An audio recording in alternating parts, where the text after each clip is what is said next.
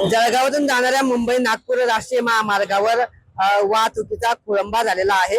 आपण आता जळगाव शहरातून जाणाऱ्या या महामार्गावर आहोत आणि शिवकॉलनी येथील रेल्वे पुलावर आपण जर बघितलं तर हा जो या ठिकाणचा ट्रॅक्टर आहे, ट्रॅक्टरचं टाक या ठिकाणी पंक्चर झाल्यानंतर नादुरुस्त ट्रॅक्टर हे रस्त्याच्या मधोमध या ठिकाणी पुलावर उभे आहे आणि त्यामुळे कुठेतरी तब्बल 2 तासांपासून या ठिकाणची वाहतूक जी आहे ती ठप्प झाल्याचे चित्र पाहायला मिळत आहे। आपण आता दृश्यांमध्ये बघतो आहे की या ठिकाणी वाहतूक पोलीस जे आहेत या ठिकाणी दाखल झालेले आहेत आणि त्यांच्याकडून जे आहे या ठिकाणी वाहतूक जी आहे त्या सुरळीत करण्याचं काम सुरू आहे।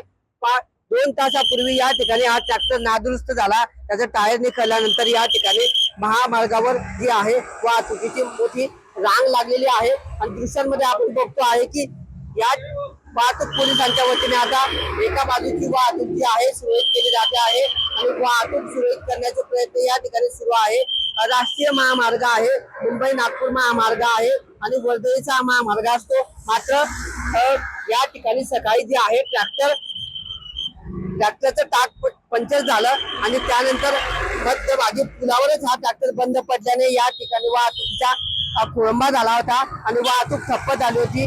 2 तासानंतर आता या ठिकाणी जे आहे वाहतूक सुरळीत करण्याचं काम सुरू आहे। आपण दृश्यांमध्ये बघतो आहे की या ठिकाणी वाहतूक पोलीस जे आहेत या ठिकाणी आता दाखल झालेले आहेत आणि त्यांच्या बाजूने जे आहे रस्त्याच्या दुतर्फाच्या वाहतुकीच्या रांगा लागलेल्या वाहनांच्या ही वाहतूक सुरळीत करण्याचे प्रयत्न या ठिकाणी केले जात आहेत। आपण दृश्यांमध्ये बघतो आहे की किती मोठी रांग या ठिकाणी वाहनांची लागलेली होती। तब्बल 2 तासांपासून हे वाहनधारक जे होते ते रांगेत या ठिकाणी उभे होते आणि आता वाहतूक पोलीस या ठिकाणी दाखल झाल्यानंतर दुतर्फा जी आहे वाहतुकीची कोंडी झालेली ती या ठिकाणी सुरळीत करण्याचं काम आता वाहतूक पोलिसांच्या वतीने केलं जात आहे।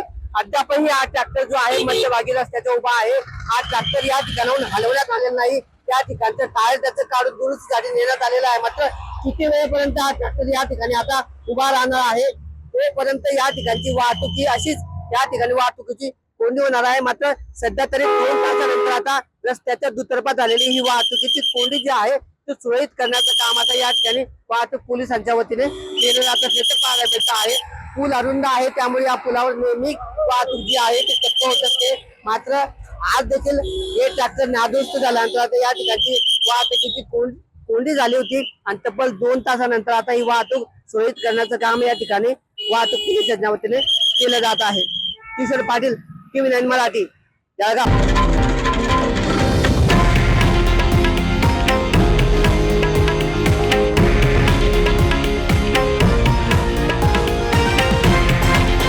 हे आहे देशातील नंबर 1 न्यूज नेटवर्क आणि आपण पाहत आहात TV9 मराठी, एकमेव।